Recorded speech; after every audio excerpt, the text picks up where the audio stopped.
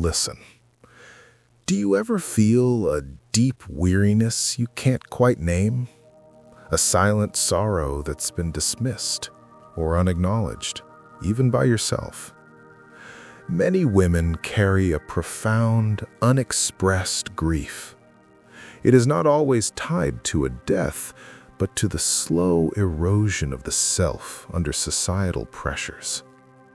For years, you have been praised for your strength, the one who holds it all together. But what if that strength you've been praised for is actually a heavy cloak of unacknowledged grief? Imagine you are carrying an invisible backpack. Every time you swallow a sadness, dismiss a disappointment, or sacrifice a need to keep the peace, you place a small stone inside. After decades, those are not just stones anymore. It is a mountain. This is not a video about sadness. It is about reclaiming the parts of yourself that societal expectations have stolen. It is time to understand why silence has become our default and how to finally break free. So, how did that mountain grow so large? How did the silence become so deafening?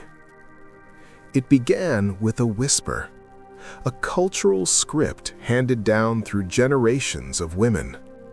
It sounded like, "Be strong." It sounded like, "Don't be so dramatic." It sounded like, "Just get over it."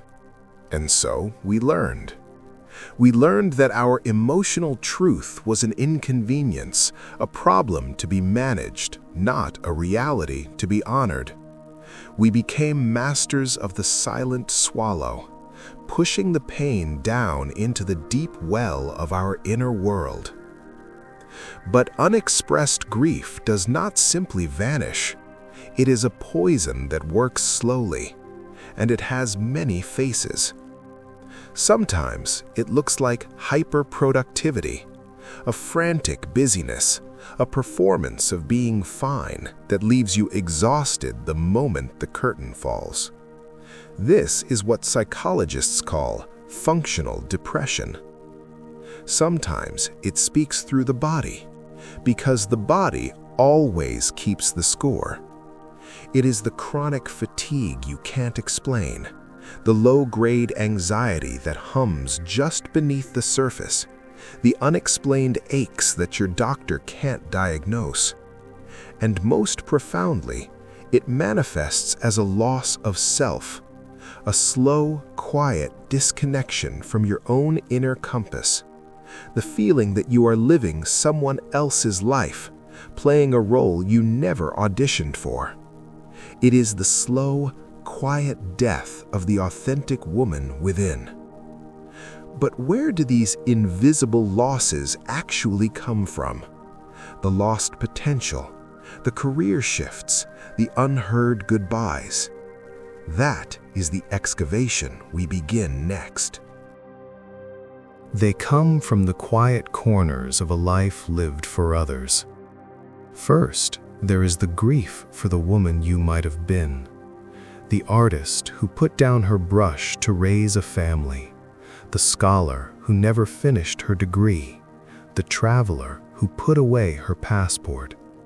This is the grief of unmet potential, a silent mourning for the ghost of a self you let go of along the way.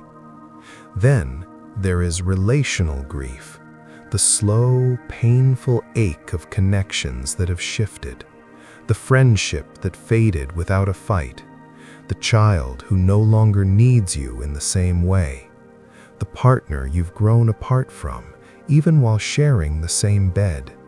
These are the silent goodbyes we never acknowledge, but our soul feels every one.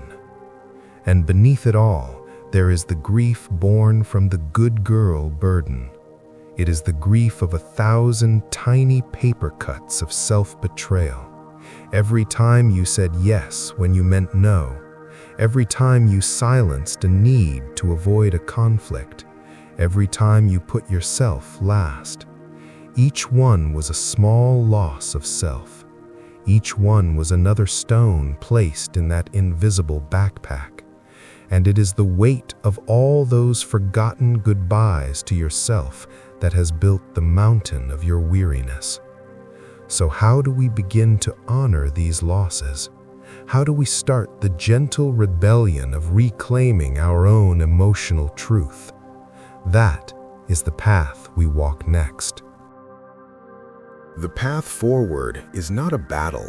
It is a gentle rebellion, a quiet, courageous act of turning inward to reclaim your emotional landscape. It begins with the most powerful magic you possess, the power of naming. You cannot heal what you will not acknowledge. This is our first liberation spell. Tonight, open a journal and write this one sentence. The grief I have never allowed myself to feel is for, and then you let the truth spill onto the page. Is it for the woman you never became? For the love you never received? For the needs you sacrificed? Naming it is like taking the first stone out of that invisible backpack. You hold it, you honor its weight, and you begin to set it down. Next, you practice the gentle rebellion of boundaries. Saying no is not an act of selfishness, it is an act of self-preservation. This is our second liberation spell. The next time you feel that reflex to say yes, simply say, "Let me think about that." This small phrase is a revolution.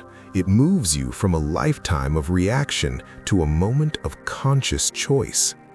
And finally, you find your community. You are not alone on this mountain. Seek out the women who are not afraid of the truth, the spaces where your whole story, with all of its grief and all of its glory, is welcome. But once we start setting these stones down, what does it mean to live with this new lightness?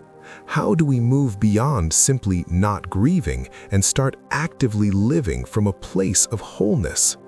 That is the final step in our journey. This is the great reframing. This journey is not about getting over your grief. You do not get over a mountain. You learn its terrain.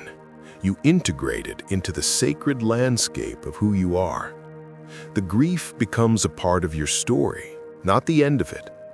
It becomes a source of profound compassion for yourself and for others. This is not about being fixed. It is about becoming whole. And as you integrate these lost pieces, something remarkable begins to happen. You begin to hear the quiet hum of your inner compass once more, your intuition. This is our final liberation spell. Before you make any choice, big or small, pause. Place a hand on your heart and ask this simple question. Does this feel expansive or does this feel contractive? Expansion feels like a quiet opening, a gentle yes. Contraction feels like a tightening, a subtle no. This is the language of your soul, and you are finally learning to speak it again. This is your legacy. By honoring your own unacknowledged grief, you are breaking a generational silence of silence.